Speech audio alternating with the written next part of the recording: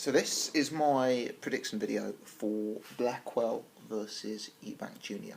Now I may well do another video if something particularly interesting or noteworthy or even entertaining happens at the final press conference or at the weigh-in, for example. But in the absence of that, this will be like a sort of final thoughts prediction video. I doubt I'm going to change my mind on this one. Nick Blackwell is a likeable fighter. He comes up a bit short at the top level. You know, he lost to Billy Joe Saunders more clearly, in my mind, than Eubank Jr. did. Although he did perform with credit in that fight. We've seen him in fights with Martin Murray, Max Bursak, who's the other one? Kamitsky. And he's even John Ryder, you know, and he beat John Ryder, and that was probably his career peak performance. But for me, that's his kind of level. Blackwell's talented. He can box a little bit, and he's extremely fit. He's very well conditioned. He's very dedicated to the sport. But for me, in terms of elite talent, it's not quite there. I don't think he is an elite talented boxer. I don't think he has elite power, elite skills, elite defence. I see him as a good British level fighter who, with the right training, the right management, could maybe make his way to European level. Sometimes I talk about X factor in a fighter's game. You know, I'm not someone who's always blown away by who the hardest puncher is, or who the most eye-catching puncher is, or who the fastest guy is. But I, at this stage, do not see any X factor in Nick Blackwell's game. I don't see anything that tells me that this is a guy en route to world championships. You know, I see him as solid, likeable, respectable, and very, very decent, but possibly without the spark and magic to his game that makes me think he's going to jump up to world level. Now, Eubank Jr., on the other hand, is a fighter who I view as flawed. And I won't talk about that for ages, because I've done multiple Eubank Jr. videos over the years where I've talked about it in more detail. But Eubank Jr. is not a perfect fighter. He is defensively very average. His accuracy is questionable.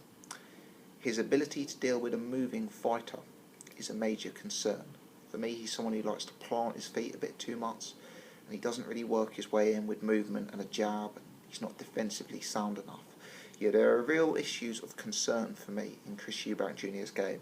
Those issues of concern meant that I did predict he would lose the Billy Joe Saunders fight, and at this stage I would still predict he'd lose to a legitimate world-class level opponent. Additionally, I think the public perception and hype surrounding Eubank mean that he has become overrated. You know, I've never seen Eubank Jr. as a massive power puncher. You know, I remember on the way up him going 8 rounds with Bradley Price and Tyan Booth, who were light middleweights, even though Eubank was a massive, massive middleweight. I remember him stopping a German welterweight, you know, and he stopped him on his feet with a couple of haymakers. You know, the guy didn't even drop. And you know, we've seen that recently in other fights. I mean, if you look at Billy Joe Saunders, Eubank didn't drop him. If you look at Spike O'Sullivan, Eubank stopped him but didn't drop him.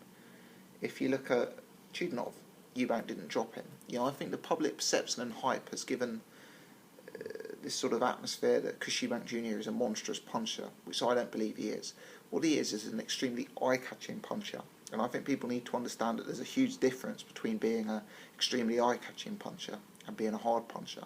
And don't get me wrong, Eubank clearly is a hurtful puncher, but I don't think he's got the brutal one-punch knockout power of an Andy Lee, for example.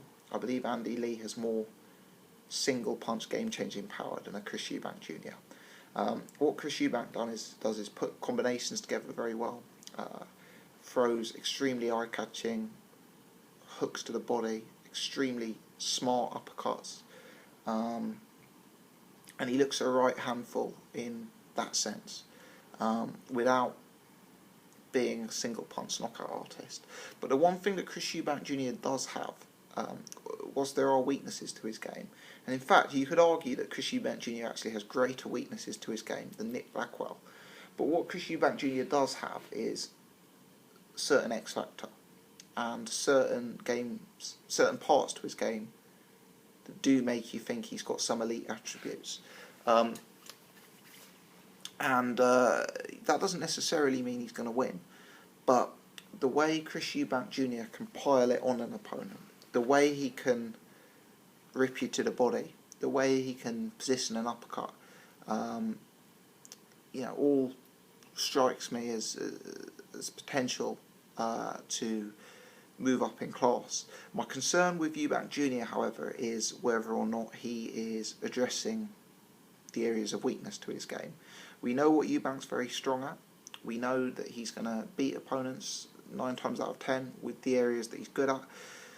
Is he spending hours in the gym working on his blocking of a jab? Is he spending hours at the gym working how he's going to deal with a moving, slippery southpaw? That's my concern about him.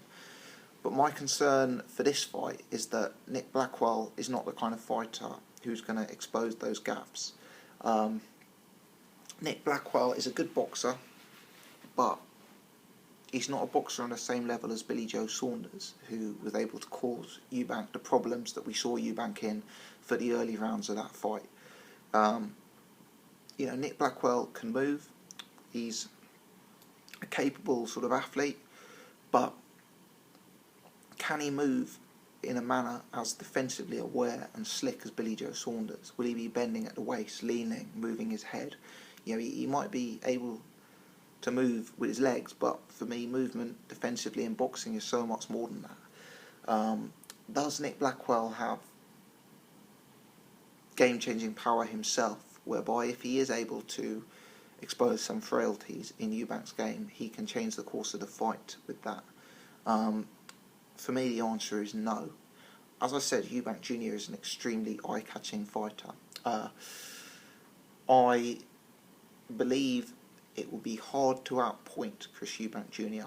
without being an elite level boxer, because when Eubank does land, it's going to be eye-catching punches that catch the eye of the watching judges, lead to hysteria in the crowd, get everyone applauding, get everyone clapping. That's just the way he fights. He's one of the most eye-catching fighters in the sport at the minute, actually.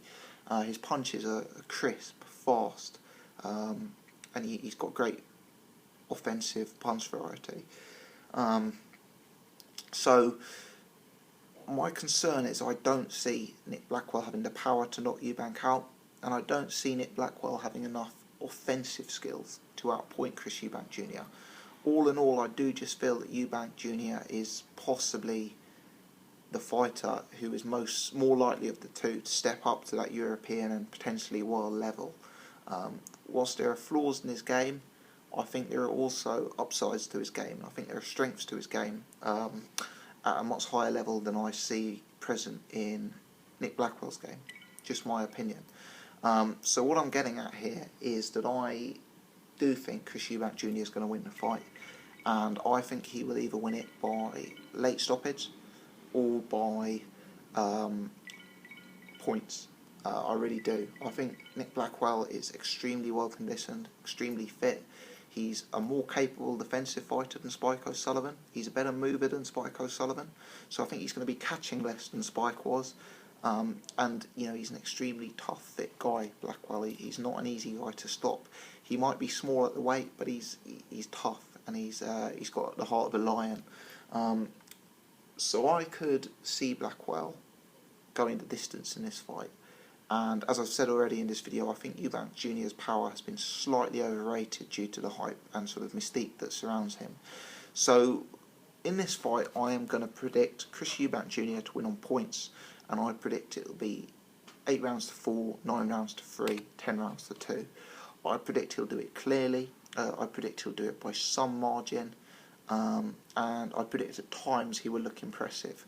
What I would say is, whilst I don't expect Blackwell to necessarily trouble Eubank Jr., I do think Blackwell has some good boxing basics, and it will be an interesting test, and I wouldn't be surprised if Eubank Jr.'s ability to deal with a jab, Eubank Jr.'s ability to deal with someone who can really move is brought into question, especially potentially in some of the early to mid rounds in this fight. It wouldn't surprise me if this fight shows that there's still areas of development and areas that Eubank needs to work on, that Blackwell can expose. But I think whilst Blackwell will expose them, he won't do it enough to change the course of the fight and to make himself the victor here. You know, some people criticise this fight. I think it's an intriguing matchup, and I also think it's a good fight for Eubank Jr. I think the reason that he lost to Billy Joe Saunders is because Billy Joe had fights with Blackwell and Ryder and Spike. You know, he needed that prep on the lead up to a fight of that magnitude. He's getting it in now. He's getting these kind of opponents now, and I think that's a very, very good thing for him before he builds back to a world title level. You know, whether you like Eubank or not, whether you think he's going to be the next big thing or not, he's entertaining. And as I said in a previous video, I'm going to be watching this fight. For me, it's a more entertaining and more intriguing fight to consider than the Kelbert-Bizier fight. Let me know your thoughts. If you've enjoyed this, hit the thumbs up, do subscribe to the channel. Thanks for watching.